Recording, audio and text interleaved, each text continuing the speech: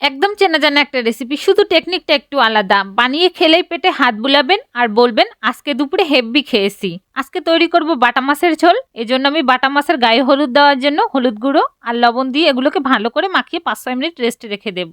এখন একটা special paste তৈরি করার জন্য 2 চামচ জিরে, সরষে, শুকনো মরিচ, আদা রসুন কাঁচামরিচ দিয়ে এগুলোকে পানিতে কিছুক্ষণ ভিজিয়ে রেখে এরপর পেস্ট তৈরি করে নেব।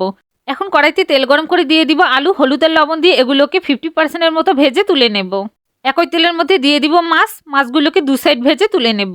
এখন একই তেলের মধ্যে কালোজিরা তেজপাতা ফোড়ন দিয়ে এখানে দিয়ে দিব পেঁয়াজ কুচি আর পেঁয়াজটাকে ব্রাউন কালার করে ভেজে তৈরি করে রাখা পেস্টটা দিয়ে হলুদ গুঁড়ো, লঙ্কা গুঁড়ো, গরম মশলার গুঁড়ো, পাঁচফোড়নের গুঁড়ো, স্বাদ মতো লবণ আর সামান্য পরিমাণ পানি দিয়ে মশলাটাকে ভালো করে কষিয়ে নেবার। কষানো হয়ে গেলে এখানে ভেজে রাখা আলুগুলো দিয়ে সামান্য পানি দিয়ে ঢাকনা দিয়ে ঢেকে দেব। ঢাকনা তুলে নেওয়ার পর এগুলোকে ভালো করে কষিয়ে ঝোলের জন্য পানি দিয়ে এখানে ভেজে রাখা মাছগুলো দিয়ে দিব।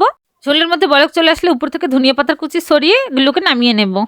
তাহলে আজ থেকে এরকম নতুন কিছুও খাবেন।